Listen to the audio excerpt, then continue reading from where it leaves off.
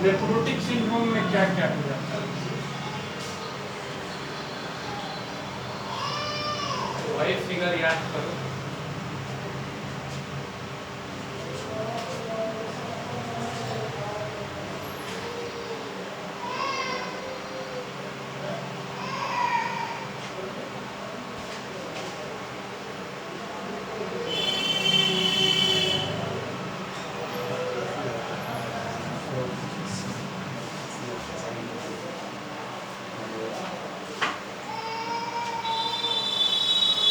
ये एक नेफ्रॉन है,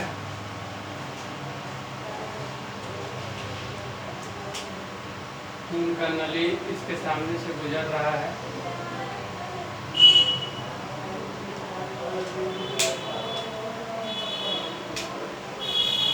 और फिर यहाँ से निकलते हुए चला जा रहा है।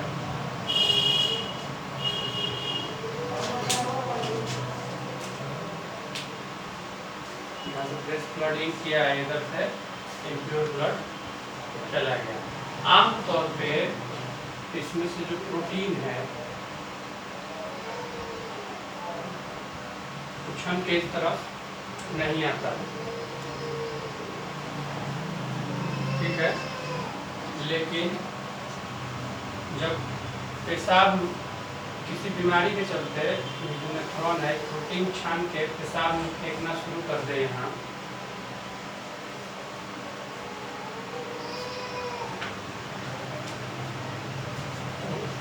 उससे जो आगे बीमारी पैदा होगा उसी को हम लोग नेफ्रोटिक सिंड्रोम कहते हैं। कब कहा जाता है कि किसी को नेफ्रोटिक सिंड्रोम है?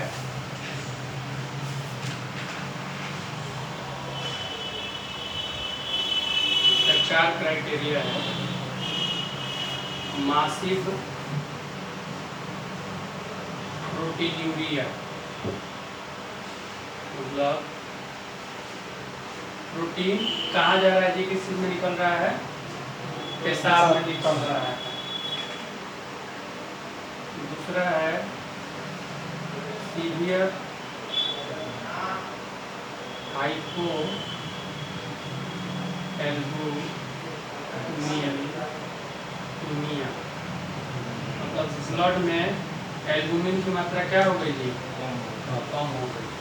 तो जाहिर बात है कि प्रोटीन में एल्बुमिन ही छन के फेंकता है बाहर, तो एल्बुमिन बाहर निकलेगा यहाँ से जाते तो ब्लड में एल्बुमिन की मात्रा क्या हो जाएगी? और साथ में एना सरका हम इडीमा में बताए थे, पूरा शरीर क्या होगा? सूज जाएगा। पूरा शरीर सूजने को एना सरका कहा जाता है, ठीक है। और इसके साथ साथ चौथा कंडीशन होगा हाइपर लिपिडीमिया। लिपिड की मात्रा कहाँ बढ़ेगी जी? ईमिया है, ब्लड में लिपिड की मात्रा क्या हो गई? चार चीज होगा पेशेंट के अंदर तो कहा जाएगा कि नेफ्रोटिक सिंड्रोम है। बहुत ही कॉमन है नेफ्रोटिक सिंड्रोम 1 से 10 साल के उम्र के बच्चों में होना, और आमतौर पे 150 से 250 मिलीग्राम प्रोटीन पर डे पेशाब में बाहर निकलता है सामान्य इंसान।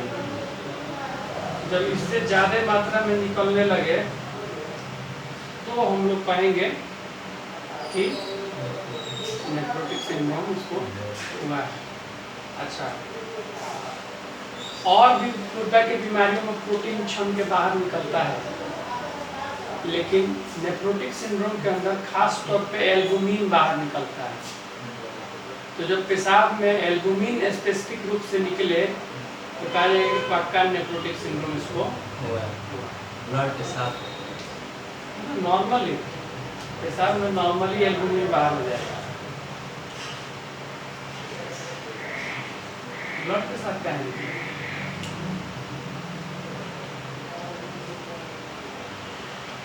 अब देखो कि मासिव प्रोटीनूरिया जो हो रहा है उसी से ना सीवियर हाइपोएल्बुमिनीमिया हो रहा है।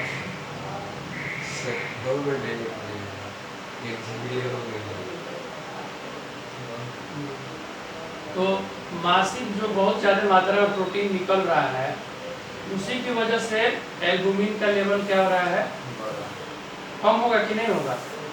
पेशाब में एल्बुमिन निकल जाएगा तो ब्लड में एल्बुमिन की मात्रा क्या हो जाएगी, कम हो जाएगी।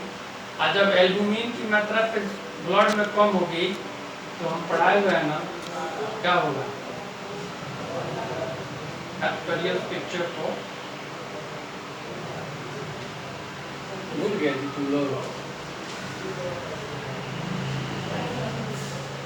ये हार्ट है, हार्ट से ब्लड निकल रहा है, ये टिश्यू है, टिश्यू में यहाँ आ रहा है कैपिलरी में, फिर ये ब्लड वापस लौट जाएगा। क्या हम कहते हैं कि जब प्रोटीन जो रहता है वही तो यहाँ ऑन्कोटिक प्रेशर मेंटेन करता है। अब प्रोटीने कम हो जाएगा एल्बुमिन, तो सारा का सारा प्लाज्मा कहाँ चला जाएगा, सेल्स के बीच वाले जगह में, इंटरस्टिशियल स्पेस में क्या हो जाएगा, पूरे शरीर में सूजन होगा। तो सीवियर हाइपोएल्बुमिनीमिया की वजह से एनासार का समझ में आ रहा है कि कैसे होगा हैं? अब इसको फिर नहीं ना समझाना है, ये वही एडिमा वाला प्रोसेस लगेगा। प्रोटीन कम है तो पूरा शरीर फेल कर जाएगा।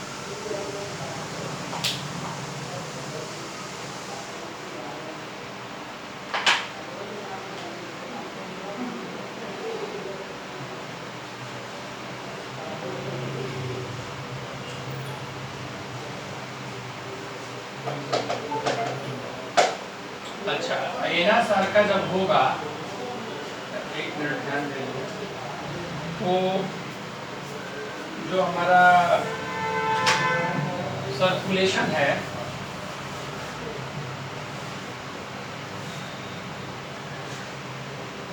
में वॉल्यूम कम होगा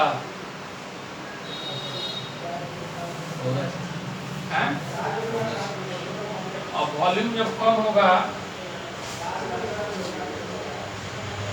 तो रास महाराज एक्टिवेट हो जाएंगे। पहले बात हुई थी ना, रास हम लोग जब पढ़े थे तो कि जैसे ही ब्लड सर्कुलेशन में से ब्लीड किया या प्लाज्मा लॉस हुआ या प्रोटीन प्लाज्मा वाटर या ब्लड कुछ भी लॉस होगा, तो जो वॉल्यूम इसमें 5 लीटर घूम रहा है वो क्या हो जाएगा, कम हो जाएगा।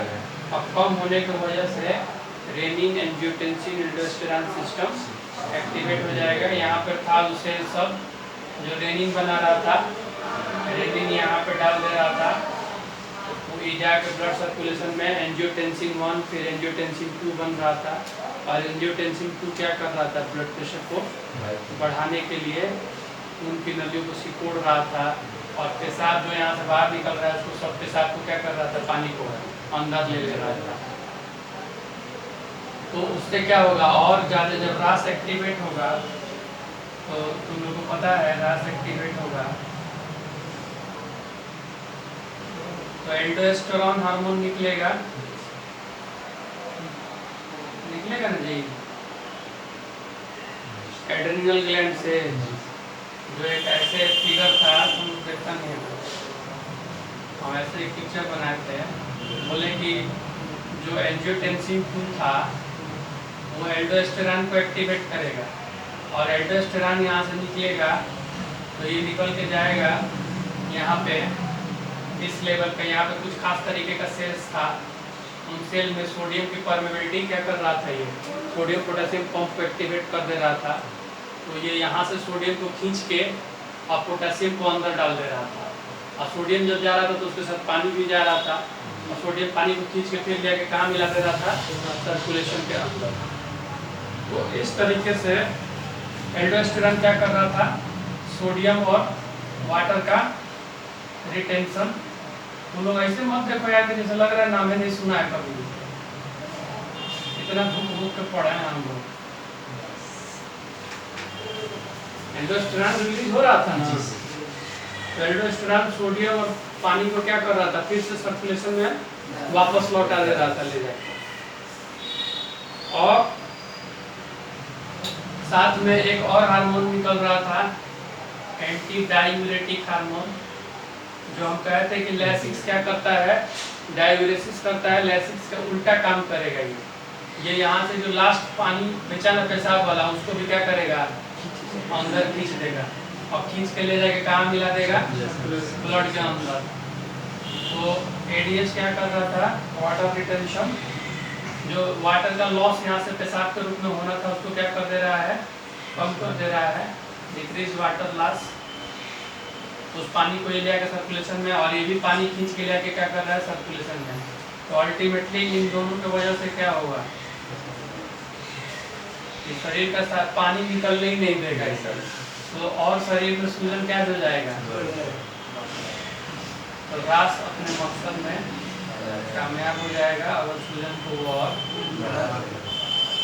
उसका जानता है कि सूजन हुआ, उसको तो सूचना मिली कि भाई शरीर में वॉल्यूम कम है, एक्टिवेट हो जाएगा, बीपी कम है, और एक्टिवेट होगा तो उसको इससे मतलब नहीं है कि सूजन बढ़ रहा है कि घट रहा है, शरीर का सारा पानी रोक के वॉल्यूम बढ़ाने के चक्कर में लग जाएगा। वॉल्यूम तो नहीं बढ़ेगा लेकिन शरीर में सूजन,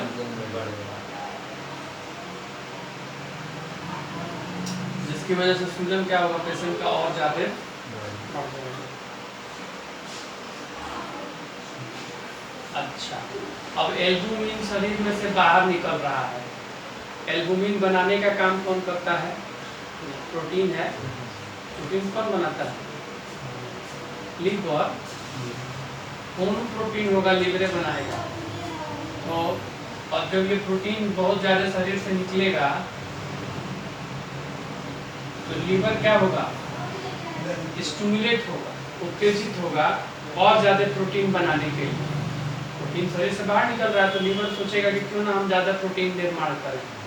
तो ज़्यादा प्रोटीन निर्माण करने के चक्कर में वो गलती से लाइपोप्रोटीन भी ज़्यादा बनाने लगता है। लीवर ज़्यादा प्रोटीन बनाने के चक्कर में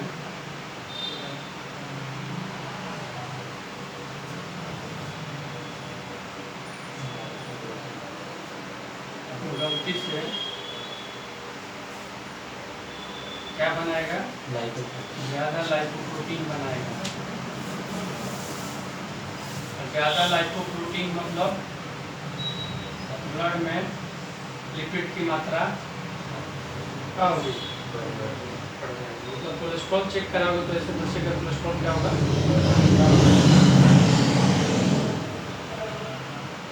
यही चार चीज़ें मिलती हैं नेफ्रोटिक सिंड्रोम में। क्या क्या मिलता है जी, जो नेफ्रॉन है वो प्रोटीन को क्या कर रहा है, ज़्यादा मात्रा में छान के पेशाब के रास्ते से बाहर निकालेगा, खासकर एल्बुमिन प्रोटीन। ज़्यादा एल्बुमिन बाहर हुआ तो ब्लड में एल्बुमिन की मात्रा कम हो जाएगी।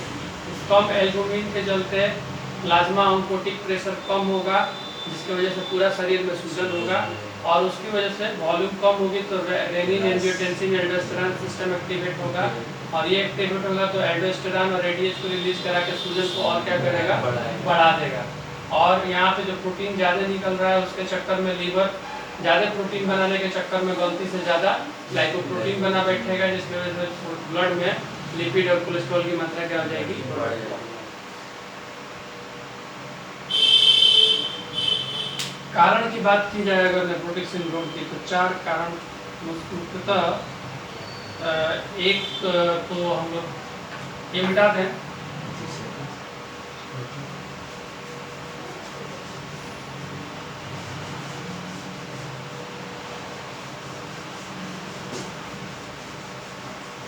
कारण को, नेफ्रोटिक सिंड्रोम के कारण को हम लोग मेनली दो भाग में बांटते हैं, प्राइमरी कॉज और secondary cause.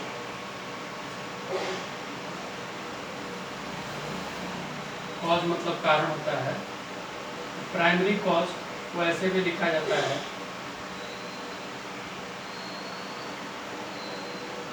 Primary cause generally किसी भी बीमारी का प्राइमरी कॉज उसको कहा जाता है जहाँ कारण बहुत स्पष्ट ना हो। तो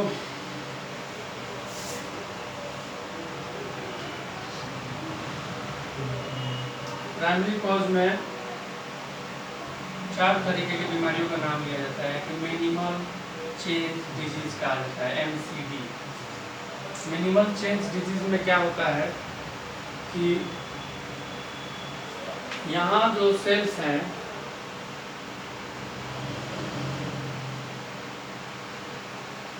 इनमें एक स्लिट बन जाता है, गैप क्रिएट हो जाता है और इन्हीं गैप के थ्रू प्रोटीन क्या होगा, निकलना चालू हो जाएगा पेशाब में। तो इसको मिनिमल चेंज डिजीज कहा जाता है। 70 to 80% केस बच्चों में मने जो कारण मिलेगा आपको यही मिनिमल चेंज डिजीज मिलेगा।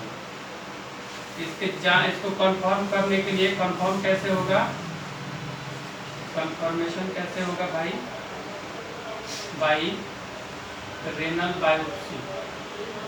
कंफर्म कराने के लिए तुमको एक निडल डाल के यहाँ से गुर्दा का एक टुकड़ा निकाल के उसको पैथोलॉजिकल स्टडी करना पड़ेगा, तब तुम नतीजा पे पहुँच पाएगा कि इसको मिनिमल चेंज डिजीज के वजह से नेफ्रोटिक सिंड्रोम हुआ। 100 गो बच्चा को अगर नेफ्रोटिक सिंड्रोम होगा तो 70 से 80% बच्चों का कारण यही MCD होगा, मिनिमल चेंज डिजीज।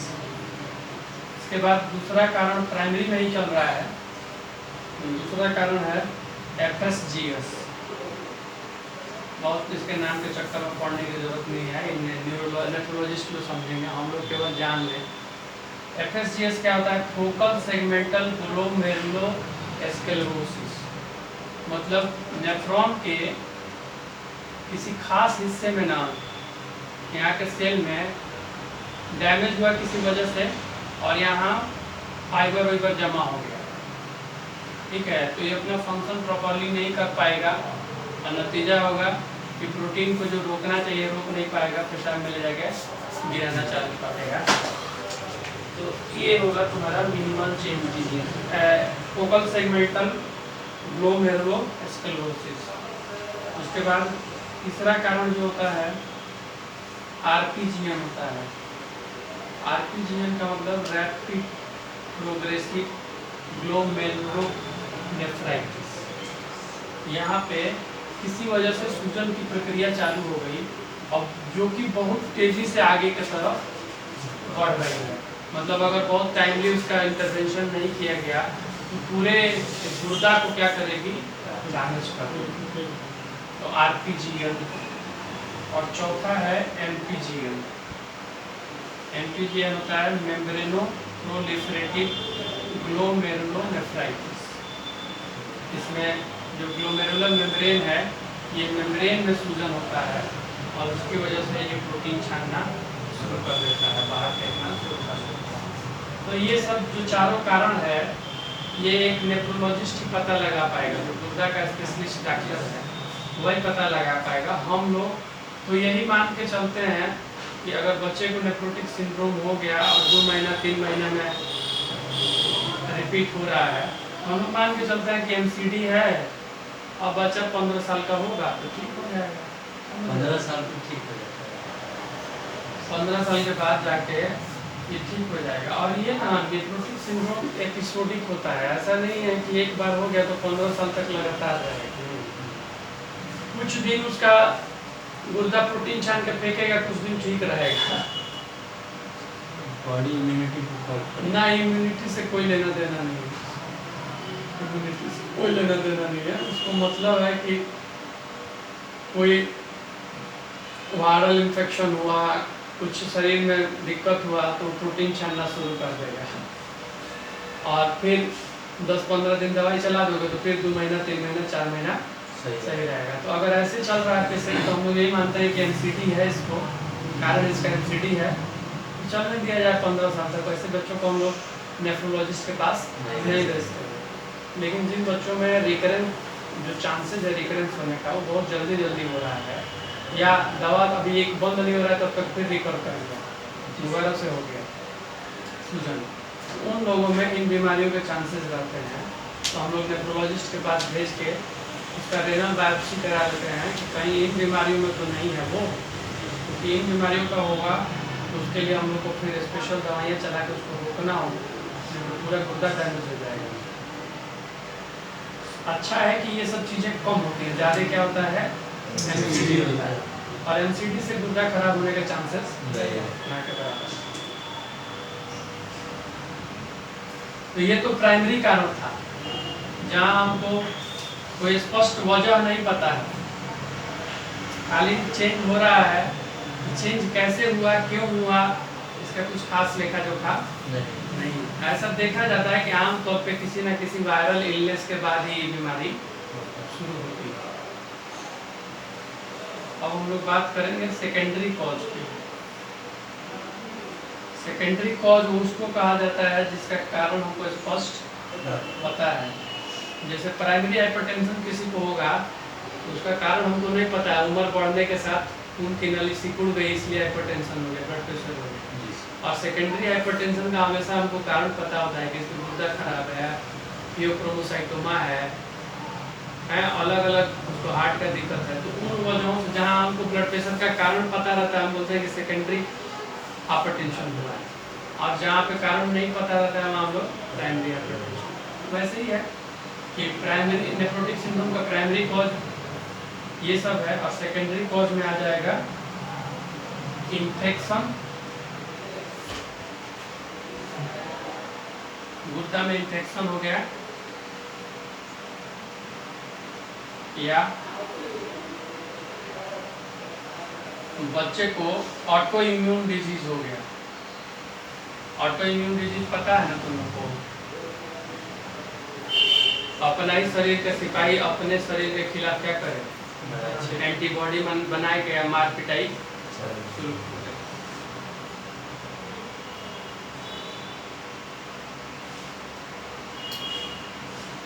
तो सेकेंडरी कॉज में मुख्यतः दो और एक तीसरा कारण है कि कोई मतलब हेवी मेटल जो है बॉडी में अगर डिपॉजिट हो रहा है तो जाकर गुर्दा में भी डिपॉजिट होगा, गुर्दा के सेल्स में, और डिपॉजिट होगा तो गुर्दा सेल को क्या करेगा, डैमेज कर देगा, और डैमेज करेगा तो प्रोटीन छानना करेगा। इसका उदाहरण है कि बच्चा मान लीजिए कि पारा खा लिया, हाँ बहुत जगह पे मिट्टी में शीशा होता है, ईबी लेड जिसको कहा होता है, पानी में भी लेड मिलता है, तो वहाँ का पानी खा रहा है बच्चा, पी रहा है, और समय धीरे धीरे धीरे धीरे लेड इकट्ठा होकर गया उसके शरीर में, और गुर्दा में जाके इकट्ठा हो गया तो क्या करेगा, डैमेज करेगा। या मान लीजिए कि बहुत सारे जगह के वाटर में आर्सेनिक की मात्रा ज़्यादा होती है, तो आर्सेनिक भी बॉडी में डिपॉजिट होगा और उसका गुर्दा डैमेज कर सकता है। इसके अलावा मान लीजिए आप आयरन किसी को चला रहे हैं, आयरन डिफिशिएंसी एनीमिया नहीं है, आयरन किया जा रहा है, तो आयरन जो ज़रूरत से ज़्यादा होगा, हम बताए थे एक बार पढ़ाए थे, कौन सी जॉन्डिस पढ़ा रहे थे तो बताए थे कि जो हीमोग्लोबिन टूटता था तो उसका एक पार्ट बिलिरुबिन बना देता था और एक पार्ट हीमोक्रोमेटिन बनाता था, आता था ना, हीमोसिडेरिन के रूप में जाके जगह जगह वो इकट्ठा होता था, और उससे भी ज़्यादा अगर उसकी मात्रा बढ़ जाती थी तो जगह जगह टिश्यू में इकट्ठा होने लगता था। तो मान लो वैसे ही किसी को लगातार आयरन दिया जाए, इकट्ठा होते हुए गुर्दा के सेल में जाके इकट्ठा होने लगे, अधिक है तो कहीं ना कहीं विश्राम लेगा ना जी, वहाँ विश्राम लेने लगे तो क्या करेगा, मेटल है डैमेज कर देगा। तो इस तरीके से हैवी मेटल का अगर डिपोजिशन भी हो रहा है शरीर में खाने या पीने के द्वारा या किसी दवा के द्वारा, तो उन लोगों में भी नेफ्रोटिक सिंड्रोम होने के चांसेस है। और ऑटो इम्यून का तो बता ही दिए कि अपना ही शरीर का, मान लीजिए अपने शरीर में कोई वायरल इन्फेक्शन हुआ और शरीर उस वायरस को मारने के लिए एंटीबॉडी बनाया, तो वायरस तो भाग गया, एंटीबॉडी उठा तो अपने ही नेफ्रॉन को क्या किया, डैमेज कर दिया, नतीजा प्रोटीन छान के फेंकना शुरू और नेफ्रोटिक सिंड्रोम चालू हो गया।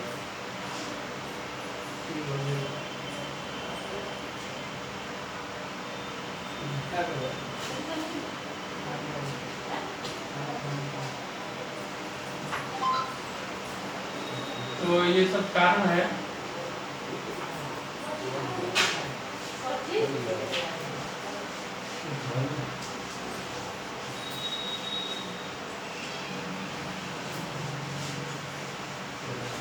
कारण के बाद अब आ जाइए कि क्लिनिकल पिक्चर क्या होगा। क्लिनिकल पिक्चर मैंने मरीज आके क्या कहेगा आपसे,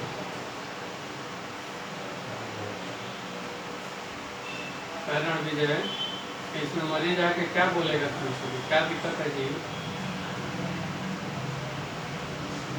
क्या करेगा?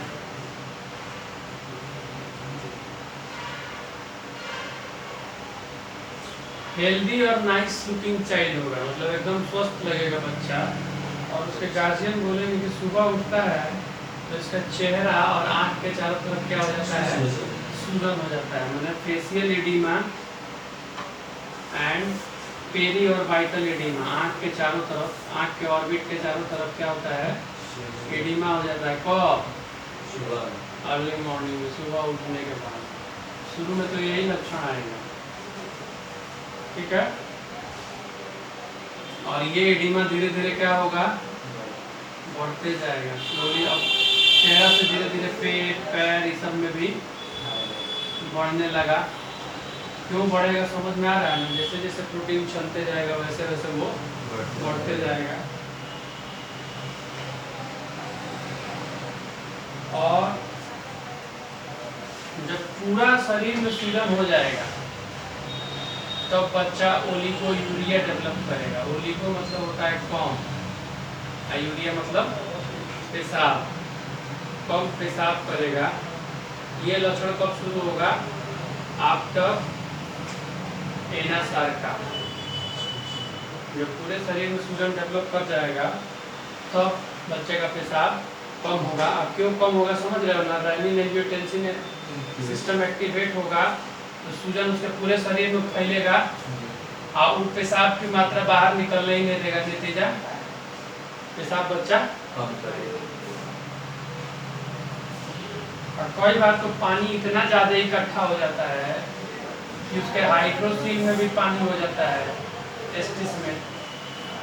उसका जो फेफड़ा के चारों तरफ का झिल्ली है उसमें भी पानी इकट्ठा हो जाएगा और पेट में भी पानी इकट्ठा हो जाएगा। तुम लोग देखा ही है, तब आता है बच्चा पूरा पेट सब फूल के एकदम, पेट में जो पानी इकट्ठा होता है उसको क्या कहा जाता है, एसाइटिस। और फेफड़ा के चारों तरफ की जो झिल्ली में पानी इकट्ठा होता है उसको क्या कहा जाता है, यूरल इफ्यूजन। और टेस्टिस में जो पानी इकट्ठा होता है उसको क्या कहा जाता है, हाइड्रोसिल।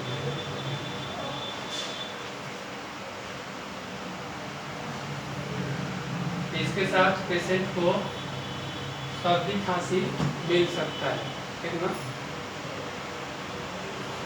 उसमें आधा लगाएंगे तो छाती में पानी, क्रेप्स मिलेगा, बेसल क्रेप्स मिलेगा, दोनों छाती के बेस में खड़खड़ाहट की आवाज मिलेगी।